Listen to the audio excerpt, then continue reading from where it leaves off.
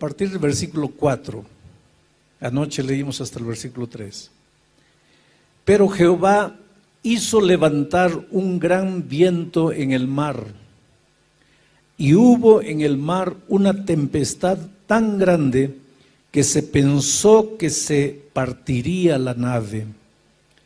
Y los marineros tuvieron miedo, y cada uno clamaba a su Dios, y echaron al mar los enseres que había en la nave para descargarla de ellos. Pero Jonás había bajado al interior de la nave y se había echado a dormir.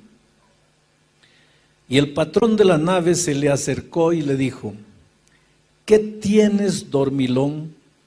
Levántate, clama a tu Dios, quizás Él tendrá compasión de nosotros y no pereceremos. Y dijeron cada uno a su compañero: venid y echemos suertes, para que sepamos por causa de quién nos ha venido este mal. Y echaron suertes, y la suerte cayó sobre Jonás. Entonces le dijeron ellos: decláranos ahora, ¿por qué nos ha venido este mal? ¿Qué oficio tienes? ¿Y de dónde vienes? ¿Cuál es tu tierra? ¿De qué pueblo eres? Y Jonás les respondió: soy hebreo y temo a Jehová, Dios de los cielos, que hizo el mar y la tierra. Y aquellos hombres temieron sobremanera y le dijeron: ¿por qué has hecho esto?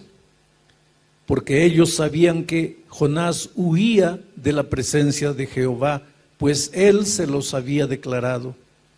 Y le dijeron: ¿qué haremos contigo para que el mar se nos acalme? Porque el mar se iba embraveciendo más y más. Y Jonás les respondió: tomadme y echadme al mar, y el mar se aquietará, porque yo sé que por mi causa ha venido esta gran tempestad sobre vosotros. Y aquellos hombres trabajaron para hacer volver la nave a tierra, mas no pudieron, porque el mar se iba embraveciendo más y más contra ellos. Entonces clamaron a Jehová y dijeron: te rogamos ahora, Jehová, que no perezcamos nosotros por la vida de este hombre, ni pongas sobre nosotros la sangre inocente, porque tú, Jehová, has hecho como has querido. Y tomaron a Jonás y lo echaron al mar, y el mar se aquietó de su furor. Y temieron aquellos hombres a Jehová con gran temor, y ofrecieron sacrificio a Jehová e hicieron votos. Pero Jehová tenía preparado un gran pez que tragase a Jonás, y estuvo Jonás en el vientre del pez 3 días y 3 noches. Vuelvo a leer el versículo 4. Pero Jehová hizo levantar un gran viento en el mar, y hubo en el mar una tempestad tan grande que se pensó que se partiría la nave. Dios tiene un plan maravilloso para todo aquel que un día se encuentra con Jesús. A Abraham, Dios le dijo: sal de tu tierra, de la casa de tus padres, y anda a una tierra que yo te mostraré. Y tú serás una bendición por donde pases. El plan de Dios para sus hijos es que sus hijos sean una bendición por donde pasen. Pero Jonás, en lugar de ser una bendición en el barco, estaba siendo una maldición. ¡Qué tragedia! Un hombre llamado para ser bendición se había vuelto en una maldición. Por donde tú vas, ¿eres una bendición? Como padre, ¿eres una bendición? Como esposo, como esposa, como hijo, ¿eres una bendición? Como empleado eres una bendición. Como patrón eres una bendición. Es interesante. Yo tengo un hijo abogado. Él se casó hace unos 5 años atrás. Y el día de las bodas conocí a otros 2 socios de él en un estudio jurídico que ellos tienen en Brasilia. Y yo los veía a esos 2 socios, también abogados famosos allá, medio dislocados porque no había bebida, no había cigarro, no había baile, no era el ambiente de ellos. Y dejé todo y me fui a la mesa de ellos para hacer sala, ¿no? Para conversar un poco, para que ellos no se sintiesen fuera del ambiente. Y es impresionante lo que ellos me dijeron. Yo les dije, mire, yo les agradezco a ustedes por el apoyo que ustedes le dan a mi hijo. Y uno de ellos me dijo, mire, nosotros no le damos ningún apoyo. Él es un buen profesional, pero una cosa, nosotros 2 tenemos una gratitud profunda por él, porque él tiene algo que nosotros no tenemos. Él tiene fe, él cree. Y cuando a veces nosotros tenemos un caso casi perdido, cuando parece que ya no vamos a lograr nada, lo primero que hacemos es entrar a la sala de él, no para pedirle ideas con relación al trabajo, sino para pedirle que él haga una oración por nosotros, porque hay momentos en que solo Dios puede resolver algunos problemas. Bueno, eso es lo que Dios quiere para ti, que por donde tú vayas seas una bendición. Tú eres la luz, dijo Dios. Vosotros sois la luz del mundo, dijo Jesús. ¿Ya escuchaste hablar de la leyenda del rayito de luz? El rayito de luz quería conocer a las tinieblas y un día fue a la mamá y le dijo, mamita, quiero conocer a las tinieblas, ¿dónde puedo encontrar a la oscuridad? La mamá le dijo, mira, anda a ese cuarto, allí está la oscuridad, puertas cerradas, ventanas cerradas, métete por alguna rendijita, allí vas a encontrar a la oscuridad. Y el rayito de luz se fue, entró y volvió frustrado. Mamita, entré, pero no había ninguna oscuridad. Entonces la madre le dijo, mira, ándate al centro de la tierra, allá al fondo de la tierra, ahí está la oscuridad. Y el rayito de luz se fue allá y volvió triste. Mamita, tampoco encontré la oscuridad. Y la mamá lo mandaba para aquí, lo mandaba para allá y el rayito de luz volvía y le decía, mamá, no encuentro a la oscuridad. Y la mamá le dijo, mira hijito, nunca vas a encontrar a la oscuridad, porque por donde tú vayas, todo va a quedar iluminado, porque tú eres un rayo de luz. Oh querido, tú eres un rayo de luz. Tú naciste para ser una bendición. Mucha gente se queja y dice así, esta vida es un infierno, esta vida es injusta, nadie me ama, nadie me quiere, nadie me acepta, todo el mundo me trata mal. Pero yo quiero darte una noticia que no sé si te va a gustar. No es que todo el mundo te trata mal, no es que nadie te quiere, es que este mundo, esta vida es como un espejo. Si tú vas al espejo y le sonríes, el espejo te sonríe. Si tú vas al espejo con rabia en el rostro, el espejo te va a devolver la misma imagen. Si tú lloras delante del espejo, el espejo te va a devolver la imagen de alguien llorando. El problema es que tú andas con el rostro fruncido, andas quejándote de la vida, miras a las personas y nadie te gusta, vives criticando, mirando los defectos de las personas, pero quieres que te acepten. Quieres que todos se traten bien. Querido, trata bien a las personas. Ama a las personas. Acéptalas como son. Tú no vas a cambiar la personalidad de los seres humanos. Pero ese es muy hablador, acéptalo así hablador. Ese es muy callado, acéptalo callado. Ese es muy triste, acéptalo triste. Ese es muy nostálgico, acéptalo nostálgico. Porque cuando tú aceptes a las personas como son, las personas te van a aceptar a ti como tú eres. El problema es que nosotros queremos que las personas sean de la manera que nosotros queremos que sean. Pero si las personas cobran eso también de nosotros, ¿a dónde vamos? Jonás había nacido para ser una bendición, pero estaba haciendo una maldición. Y no estaba haciendo una maldición solo para la gente que estaba en el barco, estaba haciendo una maldición para sí mismo. Al escaparse de Dios, Jonás había perdido 4 cosas maravillosas. Y cada vez que tú no quieres compromiso con Dios, cada vez que tú corres de Dios, cada vez que tú te limitas a acompañar a Dios de lejos, pero no te acercas, no te comprometes, no te relacionas. Ahora mira, en los tiempos de Cristo, multitudes seguían a Jesucristo.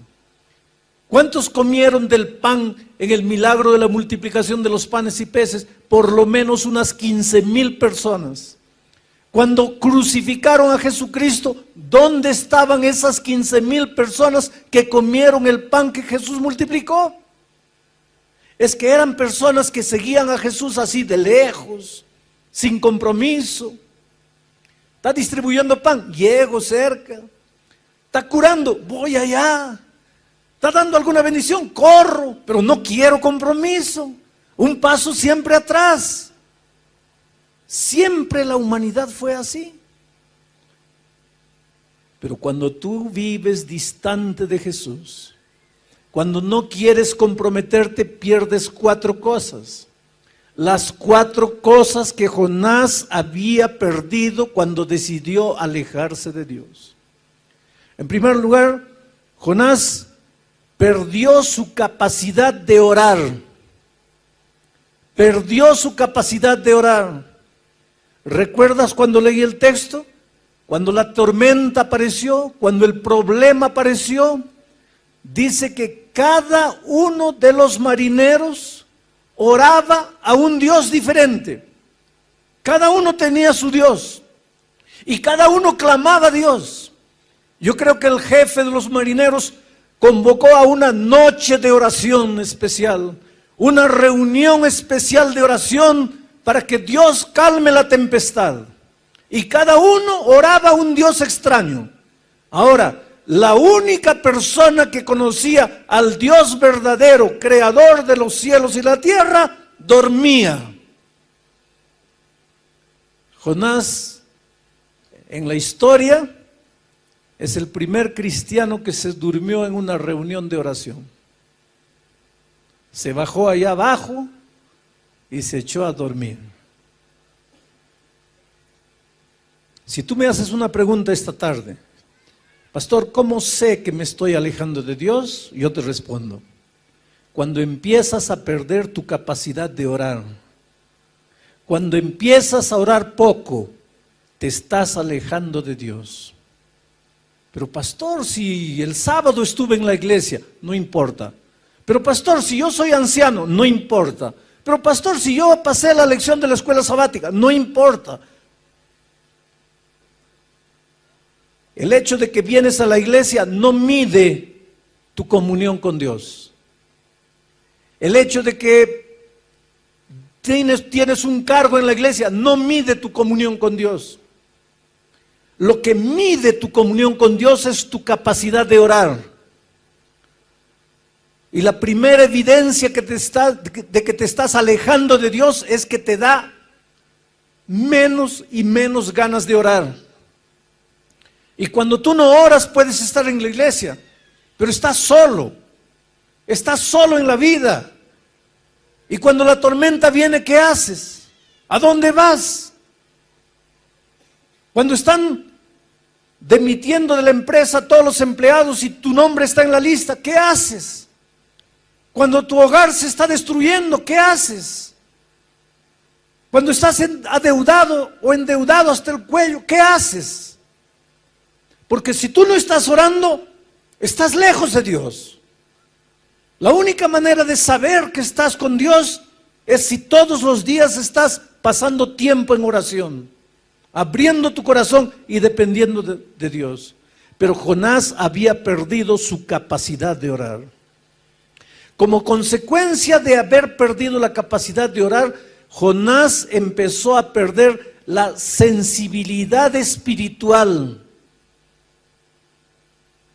Jonás dormía. Y cuando tú estás durmiendo, estás víctima de tus enemigos, a merced de tus enemigos. Cuando estás durmiendo, hasta un niño te puede matar. ¿Por qué? Porque durmiendo no puedes defenderte. Al alejarse de Dios, Jonás estaba perdiendo la sensibilidad espiritual. Mira, todos los marineros en el barco se daban cuenta que había un problema. Jonás no.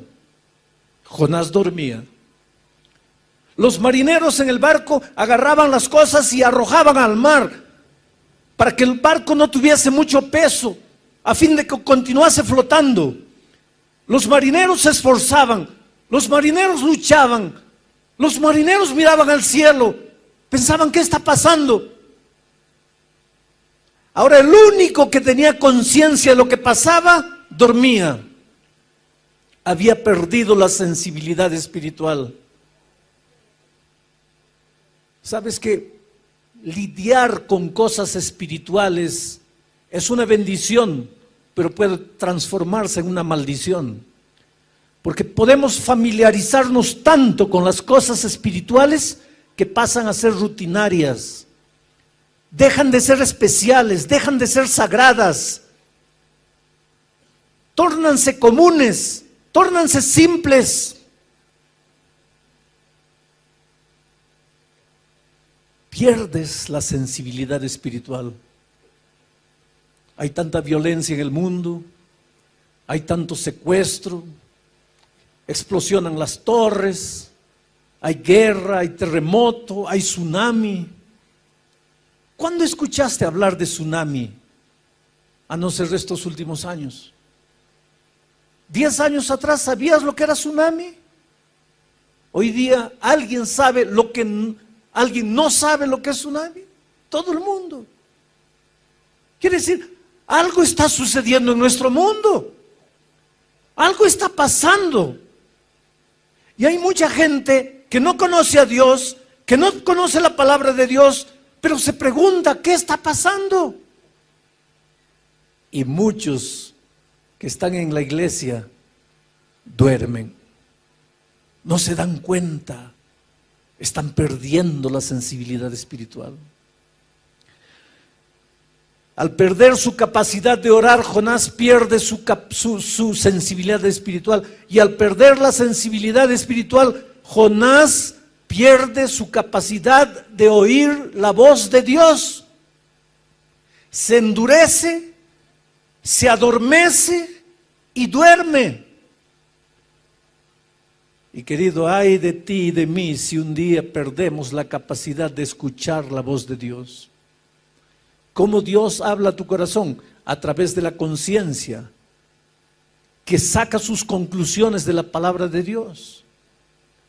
Pero cuando Dios te habla y no le escuchas, te sigue hablando y no le escuchas, te continúa hablando y no le escuchas, tu corazón se va endureciendo, endureciendo, y llega un momento en que Dios puede gritar a tus oídos y ya no escuchas, porque pierdes la capacidad de escuchar la voz de Dios. ¿Hace cuántos años Dios te llama? ¿Hace cuántos años Dios toca tu corazón para que le entregues definitivamente la vida a Cristo? Estaré predicando esta noche para alguien que ya tuvo momentos felices en la iglesia de Dios.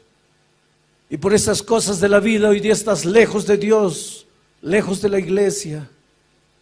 ¿Cuántas veces Dios te ha llamado? ¿Cuántas veces Dios ha tocado tu corazón? ¿Cuántas veces en medio de la noche el Espíritu te ha incomodado? ¿Cuántas noches de insomnio has tenido? Porque la voz de Dios te atormenta. Pero si tú no le haces caso, y no le haces caso, y no le haces caso, llega un momento en que tu corazón se endurece y pierdes la capacidad de escuchar la voz de Dios. Ahora veamos cómo las personas tratan de resolver el problema que había aparecido aquella noche. Estaban en medio de una noche oscura y un mar embravecido. Cada uno clama a su Dios. Y después de clamar a Dios, todos los que estaban en el barco tratan de resolver el problema. En primer lugar, ellos raciocinan y llegan a la siguiente conclusión: este problema debe haber aparecido porque entre nosotros debe haber un culpable. Y entonces ellos echan suerte. Ustedes saben que los marineros juegan cartas, juegan dados, juegan dominó. Los marineros pasan el tiempo con ese tipo de juegos de azar. Y los marineros aquella noche trataron de descubrir quién era el culpable, utilizando las herramientas que tenían en sus manos, utilizando las cosas que ellos conocían.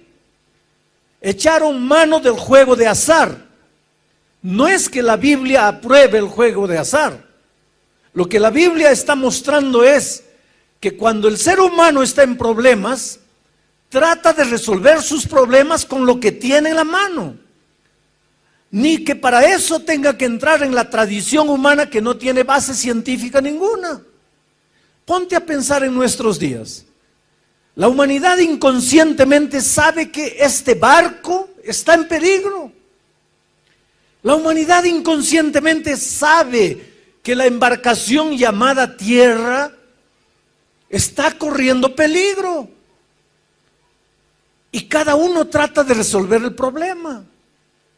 Unos piensan que esta tierra se va a destruir por causa del desequilibrio ecológico. Entonces vamos a concentrar todas las fuerzas en mantener el equilibrio ecológico. Y nunca en la historia se vio tantos movimientos defendiendo el equilibrio ecológico. Y claro que tiene razón de ser, pero la solución para el planeta no está ahí. Hay mucha violencia, hay mucho robo, hay mucha deshonestidad. Entonces, ¿qué debemos hacer? Vamos a construir prisiones para que todos los ladrones vayan allá.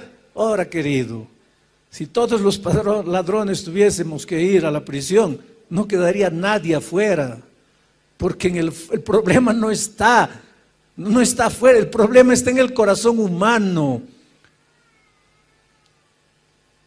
Hay un filósofo que dice que si tú no robaste todavía es porque no tuviste la oportunidad. Y yo te voy a confesar una cosa, porque quiero que entiendas que soy un ser humano tan humano cuanto tú. Un día en los Estados Unidos entregué un billete de $100, un billete de $10 para una compra que hice de $2, $3. Y la chica debería tener algún problema ese día, seguro que peleó con el esposo o algún hijo estaba enfermo. Evidentemente su cuerpo estaba allí, pero su cabeza no estaba, porque me recibió el billete de $10 y me dio el vuelto de $100. ¿Qué es lo que debería haber hecho yo inmediatamente? ¿Qué debería haber hecho? Devolver. Y devolví. Pero pensé 2 segundos antes de devolver. Y después me asusté. ¿Por qué tuve que pensar? ¿Por qué tuve que pensar? ¿Por qué no devolví en el acto? Como algo natural. Porque la honestidad no es natural. No es natural de nuestra naturaleza pecaminosa. Entonces, querido, el problema no está con la justicia humana, no está con la prisión, el problema está con el corazón humano. Pero cada ser humano trata de resolver el problema. El matrimonio está hundido, vamos a intentar esto, vamos a intentar aquello, vamos por este camino. A veces entra en el terreno de la depravación, queriendo salvar el matrimonio. El problema no está allí. El ser humano, mira, hay gente que no sale de casa sin mirar el horóscopo para ver si este es mi día de suerte o no, si hoy día me va bien, me va mal. Ponte a pensar un poquito, ¿qué tiene que ver el astro que está allá millones de años luz con tu vida aquí? Oh, querido, piensa un poco. Me tropecé porque mi horóscopo decía que me iba a tropezar. ¿Qué tiene que ver ese astro con el hecho que no miraste la piedra que estaba delante de tu camino? Pero el ser humano, cuando está en problemas, trata de correr de un lado para otro para resolver el problema. Y es lo que los marineros hicieron aquella noche. Lo que estaba a las manos eran las cartas y comenzaron a echar suerte. Y te digo una cosa, cuando los seres humanos son sinceros,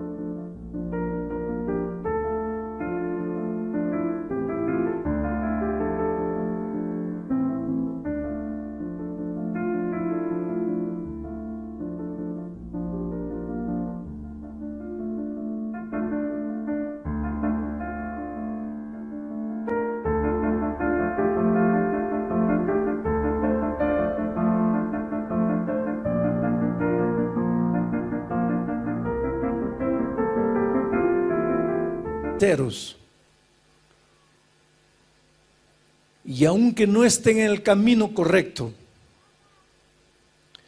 porque no conocen otra verdad, Dios puede manifestarse a ellos. Y fue lo que sucedió aquella noche, porque la suerte cayó a Jonás. Y ahora los marineros fueron a Jonás y le preguntaron: ¿qué hiciste? ¿Por qué nos trajiste esta maldición? Ahora miren la actitud de Jonás. Jonás pensaba que la solución para los problemas estaba en las manos del propio ser humano. Jonás llegó a la siguiente conclusión: yo pequé, yo traje este problema, yo traje esta maldición, entonces yo voy a pagar por lo que hice. Arrójenme al mar, y cuando yo me muera, ustedes se van a quedar en paz. Jonás era un profeta de Dios. Jonás conocía el tema de la gracia redentora. Hay muchos cristianos sinceros que piensan que en el Antiguo Testamento la enseñanza es salvación por las obras, y que en el Nuevo Testamento la enseñanza es salvación por la gracia. Pero si tú lees la Biblia desde el Génesis hasta el Apocalipsis, vas a ver que la única enseñanza bíblica es la salvación por la gracia. Por las obras nadie se salva, por la ley nadie se salva, por guardar mandamientos nadie se salva. Desde el jardín del Edén, cuando un cordero fue sacrificado para preparar vestidos para cubrir la desnudez del hombre, Dios estaba diciendo que la salvación es únicamente por la gracia de Jesucristo, porque ese cordero simbolizaba al Cordero de Dios que tiraría el pecado del mundo. Cuando Israel todos los días ofrecía sacrificio y un corderito era sacrificado, el mensaje era: la salvación es únicamente por la gracia. Por lo tanto, Jonás conocía el tema de la salvación por la gracia, pero él no creía. Él tenía una manera de pensar: el que la hace, la paga. Yo la hice, entonces merezco morir. Y es verdad, queridos. La Biblia dice: por cuanto todos pecaron, están destituidos de la gloria de Dios. Pablo afirma: la paga del pecado es la muerte. Todos esta noche merecemos morir. No hay justo ni siquiera uno, dice la Biblia. No hay quien busque el bien. Está en nuestra naturaleza el pecado. Nuestra inclinación natural es hacia el mal. Por lo tanto, aquí nadie tiene derecho de ser salvo. La salvación no es por derecho. La salvación no es por merecimiento. La salvación no es porque has hecho alguna cosa buena. La salvación no es por puntos que ganaste. La salvación no es una medalla de honra que recibes. La salvación es únicamente por la gracia de Cristo. Porque Él te ama, a pesar de lo que has hecho, a pesar de tu pecado, a pesar de la vida que has vivido, a pesar de que creas o no creas. Dios te ama y quiere salvarte. Pero Jonás no entendía eso. Por ejemplo, cuando Jonás decidió escaparse de la presencia de Dios, fue porque Dios le dijo: levántate, ve a Nínive y profetiza. Y Jonás, más adelante vamos a ver eso, le dice a Dios: yo hubiera ido a Nínive a profetizar si yo hubiera sabido que tú los ibas a destruir. Pero Dios, yo te conozco y yo sé que si yo predicaba en Nínive, los ninivitas se iban a arrepentir y tú los ibas a perdonar. Y en mi opinión, esa gente no merece perdón. Por lo tanto, yo me escapé. Yo no fui a Nínive porque tú no ibas a cumplir con tu palabra. Y ahora, cuando Jonás le dijo a los marineros: arrójenme al mar, y los marineros lo arrojaron al mar, yo imagino la escena, déjenme imaginar. Jonás dando vuelta en el agua antes de hundirse. Las ondas como un remolino tratando de hundirlo. Y Jonás ya solo con la cabeza para afuera, mirando al cielo y diciéndole a Dios: ¿está viendo, Señor? Es así que se trata al pecador. Pecó, murió. Pero los ninivitas pecaron y yo sé que tú los ibas a perdonar. Entonces yo te estoy dando una clase de teología. Yo te estoy dando una lección de salvación. Es así que se trata al pecador. Oh, querido.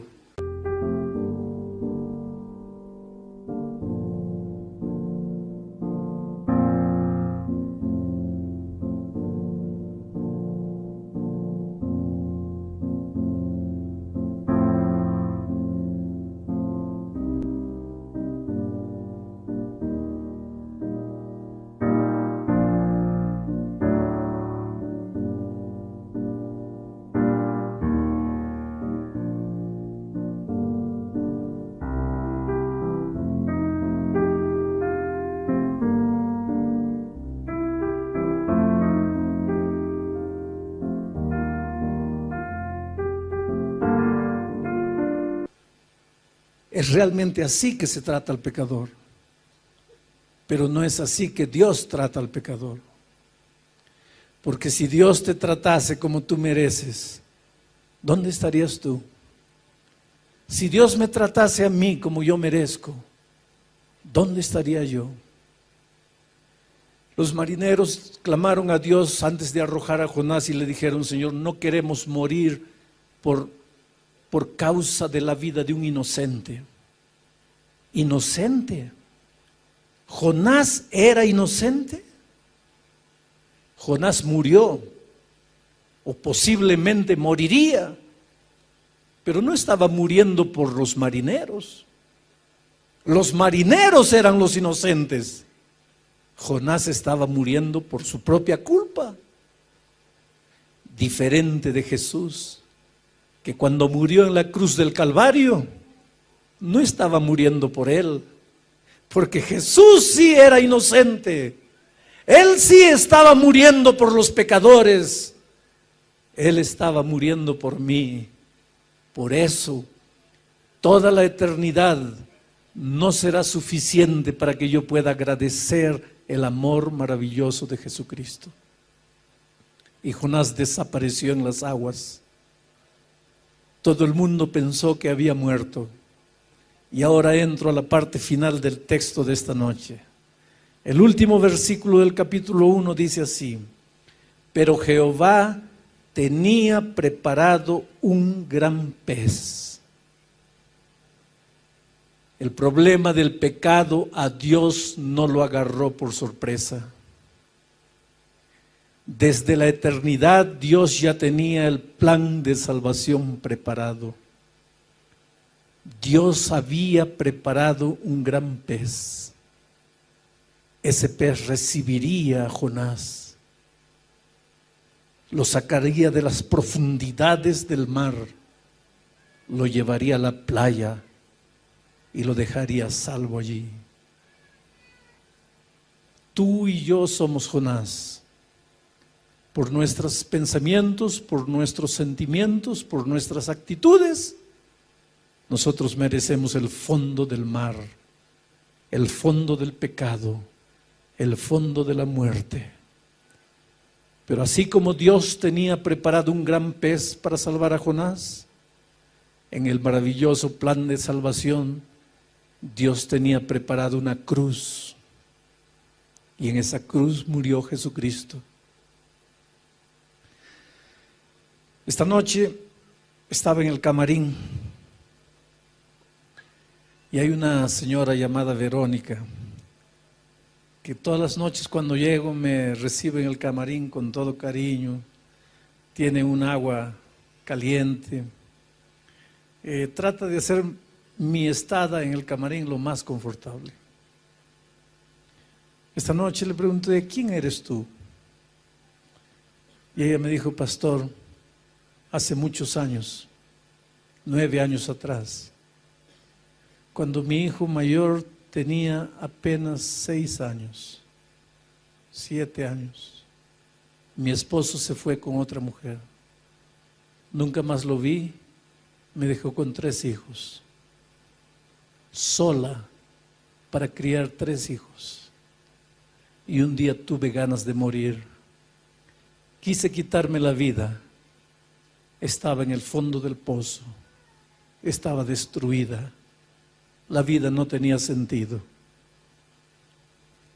Y Dios me extendió la mano y me sacó del fondo del pozo. Y hoy día mis hijos ya empiezan a crecer. Mi hijo mayor ya tiene 16 años y yo estoy aquí amando a Jesús con todo mi corazón, tratando de servir a Dios y de hacer lo mejor para Él. No importa quién eres tú ni cómo tú vives. No importa el drama que vives. No importa si por errores personales hoy día te sientes en el fondo del mar, desempleado, sueños destruidos, matrimonio destruido, sin hijos, sin padre. Yo te digo, Dios tiene preparado un plan de salvación para ti. Dios te extiende la mano, pero Él no puede hacer nada por ti si tú no quieres.